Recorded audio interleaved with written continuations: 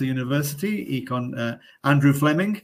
Andrew, bienvenido. Muchas gracias de nuevo por estar con nosotros y por compartir información de la Universidad de Newcastle. Mientras la gente esté entrando en la sala para la sesión, voy a mostrarles un video que nos va a dar una introducción pequeña a Bristol y a la universidad antes de Andrew compartirnos su presentación. Aquí vamos con el video. So much for us has changed. So much we've all been through. Yet we're still here, stronger. And together, let's build your new. Driving world-leading research, through adversity we rose. Our academic community united, a force no pandemic could oppose. It's been tough on all of us, over a year of unknowns and stormy seas, but we're cautiously stepping into the new and bringing a space of stability to a world of unease. Join us here at Newcastle. Our historic campus awaits. Take your place in our community and follow the footsteps of the greats. Find your new home in a new world.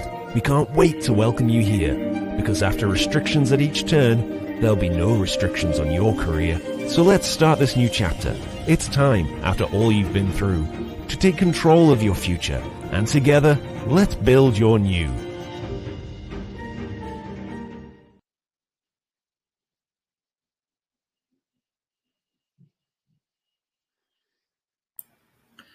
Ok, muy bien. Entonces, pues eso nos da una pequeña introducción a lo que es la universidad y un poco de la ciudad de Newcastle, pero Andrew nos va a dar mucho más detalle en su presentación. Antes de comenzar, Andrew, tenemos un par de información en la sección de offers. Hay información de una beca que Andrew nos hablará más a detalle y unos polls para que nos indiquen su interés en Newcastle.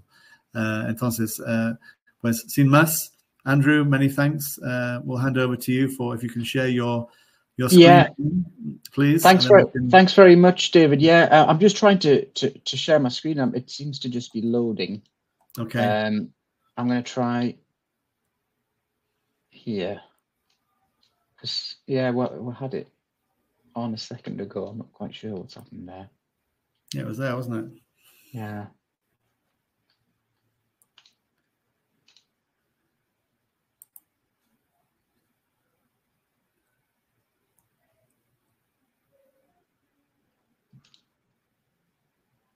So while Andrew's just loading his presentation, just to confirm that the poll there, so people are answering that already. Thank you very much. We also have a section of offers, which, as I said, tells us a little bit about the great scholarship that Newcastle is offering in conjunction with the British Council. And that's worth £10,000 towards tuition fees. That's for master's programs at Newcastle in 2022. So there's information there about that. We also have a file I've shared, which is the postgraduate guide for Newcastle. You're very welcome to check that, and if it allows you to download. I'll also upload the undergraduate information as well. So we're good now. Habemos presentación. Yeah, I think we're habemos, yes, right? We have white smoke. Yeah. Okay, great. Well, thank you very much for that, and apologies for the little delay there, but yes, thank you very much, David, and thanks to everyone who's joined today. I'm really looking forward to talking to you all today about Newcastle University and about the city of Newcastle. So my name is Andrew Fleming, and I represent the university in Latin America. A little background about me: I'm actually I've just returned, well, about a year ago now. It's been quite a while. I was living and based in Mexico, so I guess I can see what you see when you come here. I've lived in I lived in Latin America. I lived in Mexico City, so I guess I can explain things in a way that you would make sense to you, because I know what it's like living where you are. And I had a wonderful time living in Latin America, but my hometown, which is Newcastle, always sort of brought me back. And I'm very excited to be able to talk to you about my hometown now. And it's a wonderful city. And it's maybe somewhere that you've never heard of before. Maybe you've heard of the movie, Goal, or maybe the football team or something like that. But maybe you haven't heard of Newcastle, but I'm absolutely certain that you'll remember it after tonight and after today. It is really a really special place. So Newcastle as a city is incredibly lively. There's so many things going on. It's an incredibly friendly place as well.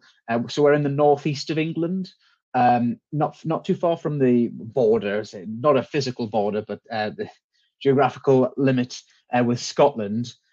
So we're in the northeast of England, and people, they generally say, and you know, Game of Thrones sort of would agree there that the north were very friendly. And the further north you go, the more friendly. So we're incredibly friendly. And it's a student city as well. So our city is about 350,000 people.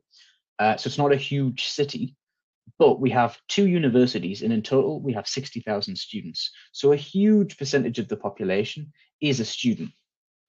It's a very beautiful, historic city with. I'll show you a little bit more. I'll show you some more later on, but a lot of history, but also a lot of modern and beautiful architecture. This is one of my favorite views of the whole city. This is the River Tyne, and this is the Newcastle quayside. That green bridge, you may recognize that because that is the same designer as the Sydney Harbour Bridge. It's just a little bit of a shorter version, but that's one of many beautiful places in Newcastle. So we are classed as 6th best student city in the UK and one of the best top 50 in the world. So it really is a wonderful place to come and study, and it's incredibly affordable as well. And I think that's super important to mention, is because in the northeast it is really affordable. It's one of the most affordable cities in the UK when you compare it to most cities. Most cities like Newcastle, where you have everything that you want at your doorstep, Newcastle is certainly one of the cheapest. And I always like to say that Newcastle has big city vibes, but without any of the downsides from being in a big city. So we have our own international airport. We're only 350,000 people, but we have an international airport. We have a very famous football team, who is now the richest football team in the world. Not the most successful, but we've got the money now, so let's see how that goes. Loads of concerts, loads of festivals, museums. We have a fantastic train line. You've got so much to see and do in the city. It's got all. We've got a Hard Rock Cafe now, so all the things that you'd want from a big city, without any of the downsides. So if you think of living in London, for example, a big city, okay, it's very expensive to live there. It's there's a lot of traffic, and you have to get the metro or the underground everywhere. It doesn't feel as safe. Everything is far away. You're unable to live in the city centre because of the cost of rent. You won't have to worry about those things in Newcastle. Everything's within walking distance in the city centre. It feels safe. It's nice and compact. There is not you don't have to worry about traffic or anything like that. You will exit your accommodation, and within 2 minutes, you've got your campus in front of you, and you've got all your favorite coffee shops and bars and restaurants in front of you as well. Everything is really, really there for you in the city. So all the good things about having a big city, but without any of the downsides. So there's loads of things to see and do. And we're also nearby to loads of interesting places. So Newcastle, its metro line is the 2nd biggest metro line in the UK after London. And you can get pretty much anywhere in the area, really. So you can get the metro to the airport. So we have a Newcastle airport. That's about 20 minutes away. You can get the metro to a number of different beaches, because Newcastle's on the coastline. So we've got some beautiful beaches that you can visit. And also we even have a ferry. So you can, because we're by the river and we're by the coast, you can jump on the ferry and go from one side of the river to the other. You've got loads of so you've got beaches, you've got a lot of historical architecture to visit. We're in the northeast of England, castles everywhere, history with the Vikings, history with the Romans. And something that's always worth mentioning is it doesn't actually rain as much as people might think. It doesn't rain. It's not a particularly rainy city compared to perhaps Manchester, for example. It isn't a city that rains that much. And for example, if you compare it to somewhere like Mexico City, and I think it's just one of the stigmas that you think of the UK, and because you watched, lots of romantic comedies with Hugh Grant, and it's always raining outside, and you assume that that's the whole of the UK is like that. But actually, at least for Newcastle's case, it isn't. So these are some of my favorite parts of the city. So we have Grey Street. Some beautiful architecture along there with loads and loads of bars and restaurants. At the top there, you have Grey's Monument. On top of that is sat or stood Earl Grey. Earl Grey, you'll certainly have heard of the tea. So Earl Grey tea, so that tea blend of bergamot and black tea was given as a gift to Earl Grey. Now, Earl Grey was a prime minister for a time, and the tea blend became, well known and renowned, and was named after him. So that's Grey Street, right in the city centre. And then you have, if you keep going down Grey Street, you'll eventually get to the Newcastle quayside, where we have loads of beautiful bridges, museums, lots and lots of bars. You can there's even some nice ferries and yachts. We have a huge music venues, and that Millennium Bridge is, well, I'll let you guess when they opened it, but it's quite a unique bridge because it turns like that so that boats can go underneath it. So it's a really impressive piece of architecture. Then you have Long Sands Beach. So if you're familiar with the movie Goal, with Kuno Becker, he goes to go and play football at Newcastle United, there's a famous scene where he's getting used to the winter in Newcastle, and he runs along the beach, and that was along that beach. It's in the summer, it is very nice to go for a nice walk. I get sunburned. Go and get a fish and chips, relax and enjoy it. And the coast is only 15 to 20 minutes on the metro. And you've got Jesmond Dean, which is a lovely big forest. Again, that's only about 10-15-minute walk from the city centre. In the winter, it's covered in snow, and in the summer, it's lush and green. So Newcastle is sort of considered the metropolitan capital of northeast England. So as I mentioned, it does, even though it's not a huge city in terms of population, you've got those big city vibes, and it's very well connected. We have an international airport. You can travel to the United States. You can travel to London. It's less than an hour flying to London. Dubai, Amsterdam, Paris, London. So a lot of the big terminals you can get to. And for a city the size of Newcastle to have an international airport is really good. And because you've got that metro station, you get off the metro, you get off the airport, you get off the plane, walk out the airport, and literally the metro station is in front of you. And you can get into the city centre in 20 minutes. You can also get a train up to Scotland. We have a fantastic train station. So you can get up to Scotland in about an hour or so on the train up to Edinburgh, and then it's about 3 hours on the train down to London. And you can pretty much get around the whole city really, really easily. Sorry, the whole country really easily, because Newcastle's well connected. Spreading our wings a little bit, going a little bit further out the city centre, you've got, unsurprisingly, lots of castles. Bamburgh Castle's a really, really nice castle. Indiana Jones, they were filming the new Indiana Jones movie here recently with Harrison Ford. And lots of people getting selfies with him. So it's a very popular castle, very pretty. Then you've got Hadrian's Wall. So I've already mentioned Game of Thrones. I'm not, I've certainly seen some of it. I'm not an expert, but I can tell you that the wall in Game of Thrones, the story behind that wall was based on Hadrian's Wall, which was a wall. Obviously, it's not very big now. It's very long. It goes from the northeast to the northwest coast, but it was to stop the Scots coming in, and it was like built by the Romans. So there's a lot of history there. And then you've got Alnwick Castle. I actually took that photo myself a few years ago, and that is where they filmed a lot of Harry Potter scenes. The first couple of Harry Potter movies where Harry's learning to fly and things like that, they were filmed at Alnwick Castle. So our campus is right in the city centre, which is really, really convenient for you, because and so central, you can even see the football stadium at St James's Park just behind you. So it's really, really central. You've got the university. Crossing the road from the university, you've got your favorite shops, you've got all the bars and restaurants, you've even got the football stadium. It's a very pretty red brick campus with a lot of historic buildings. Martin Luther King visited us. He was given an honorary doctorate, and he came to give a speech. It's a lot of history and a lot of beautiful red brick buildings. And for example, if you needed to take a foundation, a propedeutico, we do have into Newcastle University, and they're on campus as well.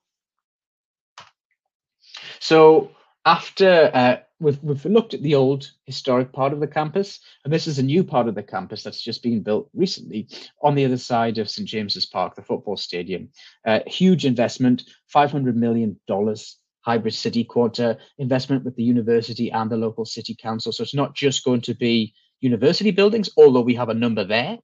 It's also for local science business and tech companies. So these are some of the brand new buildings that have just finished. For example, on the right, that's our Newcastle University Business School. And on the top left, that's our Urban Sciences building. So we have programs like data and cloud computing, cybersecurity, all those modern urban sciences, as we say, are delivered there. So I've painted a picture for you. Now I'm going to show you how it really looks. So this is the city of Newcastle. As you can see, there's loads going on, but it is very compact. You've got everything within walking distance in the city. So, you know, from St James's Park, it's probably about a 20-minute walk to the Tyne Bridge. You've got Central Station there as well. So everything is really, really compact. There's, you know, you're not going to run out of things to do, but you'll always be able to get around. And that's another thing I've mentioned about affordability. So our rent is low, especially compared to most cities in the UK. It's cheap to live in the city centre. If you're living in a big city, you probably wouldn't be able to afford to live right in the city centre. But in Newcastle, you can. And you're not worrying about paying for London Underground or anything like that because everything's within walking distance. You would only really need the metro if you were going to the airport or the beach. So we have a fantastic global reputation. We are a top 150 university. We're ranked 134th with QS. And we are a Russell Group university. That's very similar to the Ivy League in the United States. So it's the top universities. And we're one of the best ranked universities in the UK as well. And we also have a fantastic career service. So we've been awarded 5 QS stars for employability because we help our students find fantastic jobs when they graduate or also while they're working. And some of our programs can also allow you to do a year in industry. So you can do 4 years instead of 3, and you can work. I have a student from Colombia who was studying business, and he did a year working in Madrid.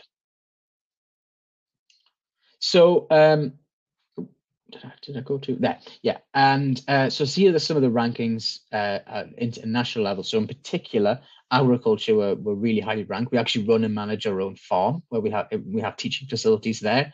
And we all art and design were incredibly popular and incredibly well ranked. And for example, we have marine sciences because we're by the beach, we're by the coast. So we actually have a facility, a lab on a beach, and we have little boats, and the students go out on the boats. I mean, it would make sense. It would be silly to have a marine program not by the sea, but Newcastle has that, and really fantastic facilities on the coastline. Our business school is top, Triple Crown accredited. There are probably about 110 business schools in the world that have Triple Crown accreditation. So it does put us amongst the very best. We have students from all over the world, from 120 different countries. So you're going to meet students from countries that you didn't even know existed. And I always like to say that our educational system is a melting pot of cultures and ideas. So we want to hear from you. It's not just about coming and el profe writes the notes and you write notes and then you do an exam. Of course, there's exams, but it's about sharing your ideas. What are you? Who are you as a person? Everyone has, based on who they are and what they've lived in the past. They all have different ideas. You could be in a marketing classroom with someone from Nigeria. You're from Mexico. And someone from Abu Dhabi, and you'll have very different ideas about marketing campaigns because of your different backgrounds. But that is the beauty of studying somewhere like Newcastle, is you learn from people from all over the world, and your CV will thank you for it. So these are our 3 faculties: humanities and social sciences, science, agriculture, and engineering, and the Faculty of Medical Sciences. So I won't go through them all, but we have quite a fantastic range. I won't say that we cover everything. There may be the odd subject, but in general, as a university, we cover a huge range of programs.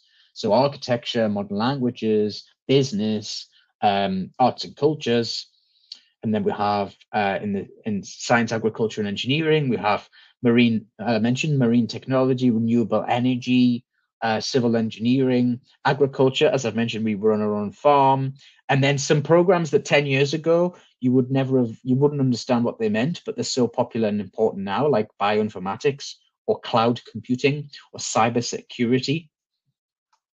And then we have our Faculty of Medical Sciences, which is based within the so it's actually within the hospital. So you get sort of, it's connected to it. So it's happened to me. You can get lost and you'd be thinking you're on the way to a lecture theatre and you end up in the hospital. It does happen, but we're based within an actual hospital, and that hospital was awarded one of the best hospitals in the world. And we have a fantastic range of programs, a really big range of subject areas. So I'll just give you a little brief overview of what it's like studying at Newcastle. So like most UK universities, our bachelor's degrees are normally 3 years. If you need to take the foundation, the propedeutico, it would be 4. So it'd be the first year of the foundation and then 3 for the masters. The bachelors, the only ones that don't follow that rule are medicine and dentistry. And the PG courses, so our masters, the vast majority are 1 year, and our PhDs, PG research, are normally 3 to 4 years. So we have different entry requirements. If you're at undergrad level and you needed to do, say, if you study IB, our programs vary. It's normally between 32 to 38. If you don't and you need to take a foundation, that's no problem at all. And I will not, because I know there are people from a number of different countries here. We can look at that later on together, but these are the entry requirements are normally, for example, I'll give you Mexico as an example. It's normally like an 8 or 80 out of 100 that we're looking for entry to our programs, and the same for PhD. Of course, you'll need the IELTS, or we also accept the TOEFL, IBT, and the Pearson test. So we have a number of different options, but of course you will need to take the IELTS. The only exception would be if you studied, for example, your bachelor's degree in the United States or somewhere where they speak English, or you did the IB and you were studying English at an IB level. A little bit of information about our scholarships. So at undergrad level, we have, for example, the Vice Chancellor's Global Scholarship, which is worth £4,000. We have a number of different scholarships, for example, sports scholarships. Not every university offers those, but we do. And we have a number of scholarships, including the one that was mentioned just earlier on. So that is, first of all, for Mexican students only, we have a scholarship worth £10,000, which is from the British Council. And that is for called the BC Great Scholarship. So that's something that David's posted about. And these are some of our slightly more generic. So these would be for anyone from Latin America. So we have the Vice Chancellor's Scholarship, which is worth 50%. And we also have business school scholarships. And we have a direct partnership with Scheveningen. So we fund Scheveningen students. That's something that's really important if you're applying for Scheveningen. And we also have convenios agreements with CONACYT, FIDER, FUNED, and if you're in Colombia, we work with Colfuturo. So our accommodation, as I mentioned, is really central. It's right in the city centre. Everything's within 5-10 minute walk. It's all nice and central. And we'll have a number of different options, for example, catered or self-catered, mixed gender or single gender. And always good mentioning, if you're coming to do an MBA, you probably don't want to live with loads of 18-year-olds, which is more than understandable. So we have postgraduate accommodation as well. Our Students' Union has over 200 different societies. So a Students' Union is basically like a social hub. In every university in the UK has a Students' Union. It's a social hub. There's lots of we have bars, restaurants, a nightclub, a supermarket, all those kind of things in there. And also it's where all the societies are based. So any hobbies or interests that you want to develop, either maybe there's already a society available, or you can even create your own society. If you're interested in sports, I definitely recommend you look at our sports facilities. They are brand new, and I mean brand new. And they're fantastic facilities. And the membership is only about £27 a month, and that includes access to the basketball courts, the squash courts, the badminton courts, and the gym itself. And you don't have to be, you know, the next LeBron James to want to be able to play basketball. Maybe you just want to try basketball, like I've done in the past. And we have like fun games where, let's say on a Wednesday evening, people can just get together and practice basketball, and there'll be a coach there as well. And it's just for people who are learning. So we have a number of different societies. Maybe you've got salsa society. So there's a big interest in Latin music and Latin culture in Newcastle. And we do have a salsa society. It's always entertaining, I must say, because British people aren't great dancers. So you can always tell the difference between the Brits and the Latin Americans that come over. So please come over and help us learn better. We have a Hispanic Latin American society, and that's something that's really special. So you get support and any guidance and help that you need from people from Latin America.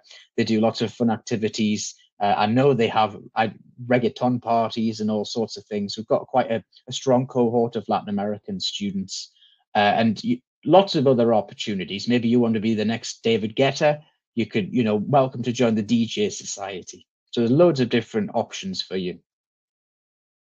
So if you'd like to find out more, by all means, visit our website or YouTube channel. One thing I'd recommend in particular is Unibuddy, because Unibuddy is basically an opportunity for you to speak to students who are at the university right now. Maybe they're from your country, or maybe they are studying what you want to study. And I think it's really important that you use that tool and ask those, very specific questions that perhaps David and I wouldn't know, but someone on that course from your part of the world would know. So I definitely recommend you use that tool. And I'm going to leave you my email here, andrew.fleming@ncl.ac.uk. So please, ncl.ac.uk, and please feel free to send me an email if you have any questions. And David is at Anglo Latino, and I've been working with him for some time now. And he's here, and the team of Anglo Latino are there to give you all the support and guidance that you need. They're based in Querétaro, if I'm not mistaken, in Mexico, and they're here to help you, all the way through the process. I was able to meet some of Anglo Latino students a couple of weeks ago and see how they're doing on campus, and that the kind of support and guidance that you get from Anglo Latino, and of course I'll be here to help you as well, is so important. And it can be that missing piece in the the puzzle to make it all come together and for you to get here. So and I don't know if you have any questions. I'm more than happy to answer them. That's great, Andrew. Thanks very much. There's been a bit of chat going on whilst you were talking there. On a couple of main points. Eric first asked about computer science programs. So I shared with him you have a 3-year degree and then a 4-year one with a nice paid industrial placement. So I don't know if you want to share anything more about the computer science degree at Bristol. Newcastle, sorry. I wouldn't be able to help you there. I can help you with Newcastle. Yeah. This is something that's quite special about Newcastle, is you have the opportunity to do a 4-year program, including a year with placement. And that's something that's really, really special. Why? Because you're going to graduate with not only a fantastic degree from a fantastic university, but you're also going to get work experience. So this is one example of this. As I mentioned, I have a student who studied business. He was from Colombia and he went to Madrid to work for a big tech company in Madrid. So he's going to graduate with possible opportunities to go back to Madrid and work for that company, because you've got a chance to prove yourself.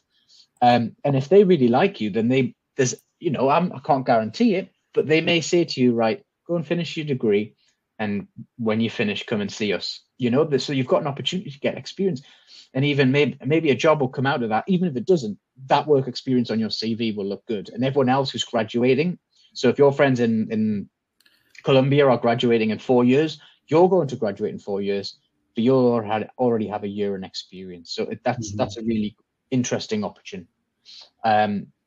Okay, so that was Eric's question. Yeah.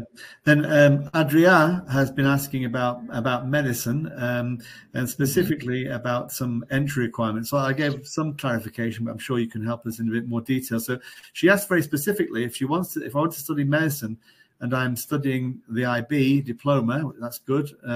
Do I need to take the BMath exam? I emphasised chemistry as a requirement from IB, Andrew. Maybe you could just shed some more light on the requirements from IB for medicine at Newcastle. Yeah, that's fine. So it is, you know, I'll be very honest, it's the hardest program to get on at the university. So you'd need 38 points at the IB, which is quite high. You'd then need to, I'm not sure what the B math is, but you'd need to do IB. So here we go.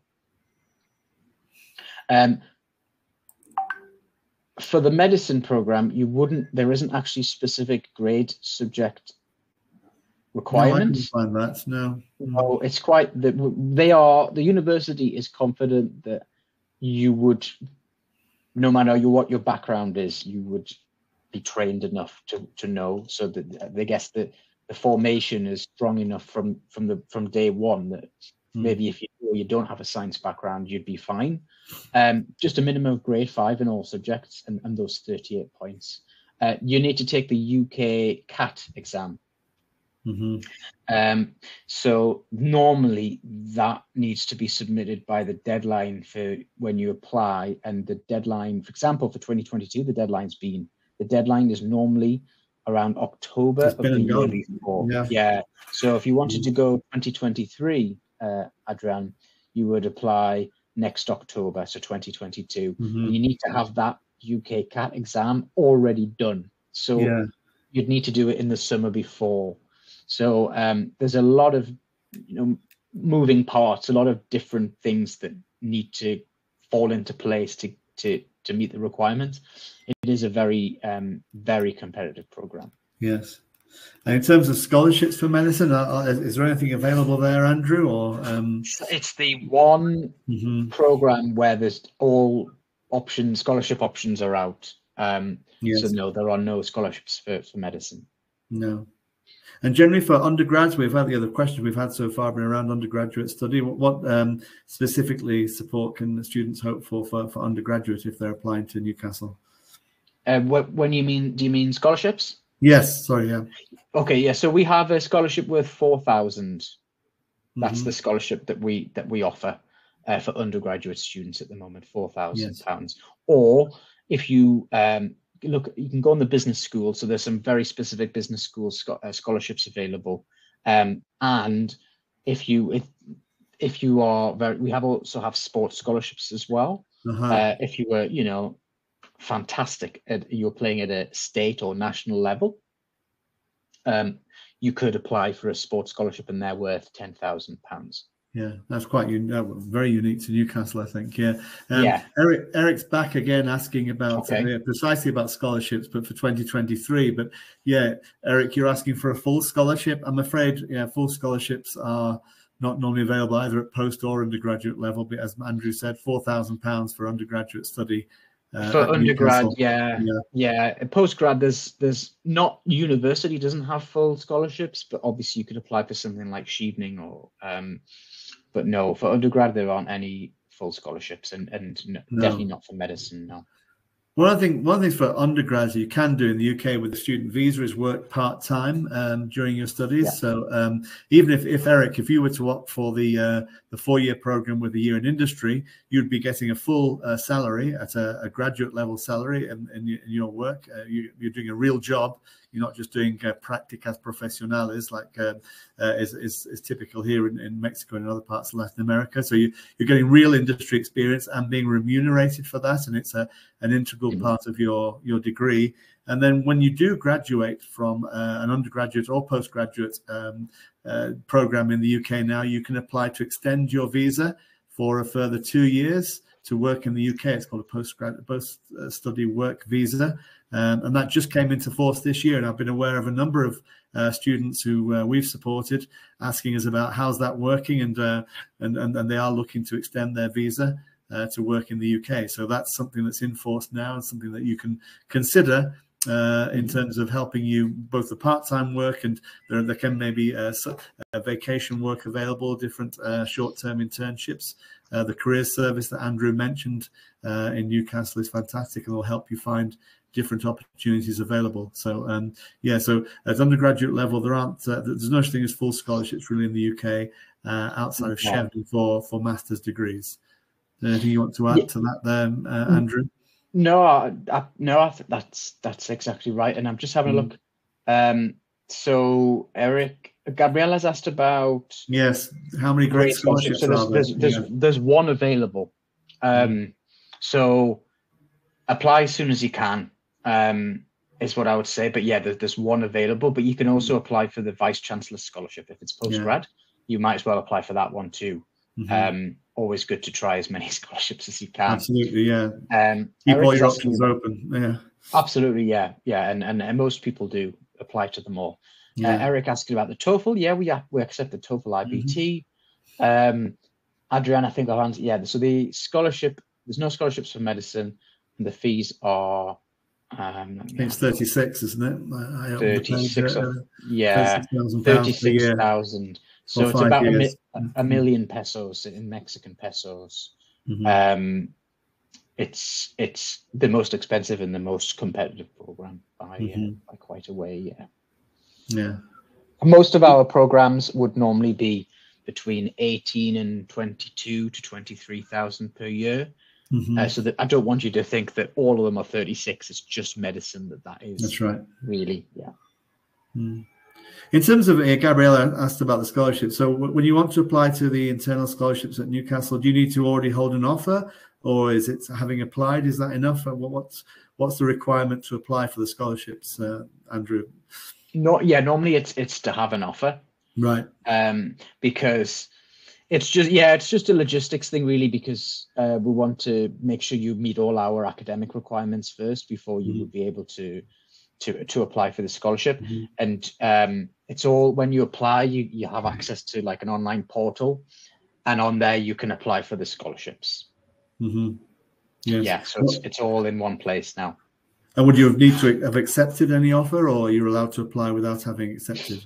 No, you don't have to accept. No, okay, that's not a problem. No. Okay. No. Very good. It looks like we've answered most of the questions. Those were kind of additional ones that occurred to me, seeing the questions that are coming in. As ever, scholarships are very important. Don't forget that the university has agreements here, certainly in Mexico, with CONACYT, FIDER, and FUNED. And so those are useful sources of funding as well. And in Colombia, if we have any Colombians with us today, with Col Futuro. And again, here at Anglo Latino, we do help and support you with not just the application to Newcastle, but for any scholarship application, we make you aware of different scholarship opportunities that are available either locally or through the university. And as Andrew mentioned, in the business school, they often have very specific scholarships that we can make you aware of. Andrew always keeps us up to date with the latest news from Newcastle, and we'll be sharing that with you as you go through the process. So keep asking your questions, and we'll be very glad to help you with every information that we have available. Excellent. Yes, excellent. Thank you very much. I can't see any more questions. No, I can't. No, we seem to be quiet for now. Yeah, well, thank you very much, David, and thanks everyone for joining. I hope this session's been useful. Please contact myself. Please contact David. Now is the perfect time to get things going. You've got time. If you want to go next year, you still have time. Apply as soon as you can. If you haven't got the English exam, for example, it doesn't matter at the moment. Of course, it will matter in the future. But I always try and recommend students to apply, even if they haven't got the English exam now, because you can apply to get a conditional offer, and then later on you can meet the final requirements to get the famous carta sin condiciones, which you can use to apply. But you want, what we say in England, you want to get your foot in the door. So if you wait until, I'm going to do my IELTS in April, so I'll wait until April. What happens if the course is full by April? Whereas at least this way, you've got your place, and we will say, the offer's yours. You are welcome to come. Just send us the IELTS or whatever it is. So you don't wait. Now is a really good time to apply. And if you're from Mexico, for example, or Colombia, the scholarship convocatorias, Col Futuro, FUNED, CONACYT, they all ask for cartas sin condiciones. So bear that in mind when they start opening. you need to have your letter ready. Yes. You can apply now, maybe here in January or in December, and then know that your place is there. Then, okay, conocí Funet abre en febrero. Okay, enero hago mi IELTS, and then you've got all you need ready. So that would be I'd apply as soon as you can if you want to go next year. And count on us to support you. This is something that's real. Every year, people like you sat on this webinar. This, suddenly, ding, and your brain goes, okay, maybe we can make this happen. Yeah, actually, this sounds great. Count on us to give you the support and guidance. We help students study in the UK. That is our job. So please count on us to do that, and we will help do everything in our power to support you and make this real and not, I think people think that it's just a dream and it doesn't seem real to them yet. But I have Anglo-Latino students that I went for a walk around campus with a couple of weeks ago. They're here, they're safe, they're happy, and they're enjoying their course. So it is real. So that would be all I have to ask, all I have to add. I don't know if David wants to say anything else. No, that's fantastic. Thanks very much, Andrew. Yeah, it's a good point to say, and many people think they need everything absolutely in place to apply, but as you say, they don't. And for undergrad, you don't even need to have to have completed your high school studies. You can you make the UCAS application without having completed your studies and that's true for UK students as well as for international. So yeah, what we do here at Anglo Latino is receive your documents, check everything through with you, make sure everything's in order. If something's missing, we let you know. So don't worry about the process at all. We have now 15, 16 years of experience of working with students. So please be in contact with us and we'll be more than happy to help you through the process. So, and then Andrew is always in the background also supporting us. So great to have you with us today, everybody. Thanks for joining us. Andrew, thanks again for your time on a Tuesday evening in Newcastle. Very good to see you. Thanks very much. Tuesday evening in Newcastle. Absolutely. Yeah, thank you very much. Thanks, everyone. And I think, we can say it now. I hope you all have a lovely Christmas. I think it's appropriate now. We're almost in December. I think I can say that. I hope you all have a lovely Christmas and Feliz Año Nuevo. And I look forward to hearing from you all very soon. That's great. Thanks very much, Andrew. Thanks, everybody. Okay. Thank you. Bye-bye. Take care. Bye-bye for now.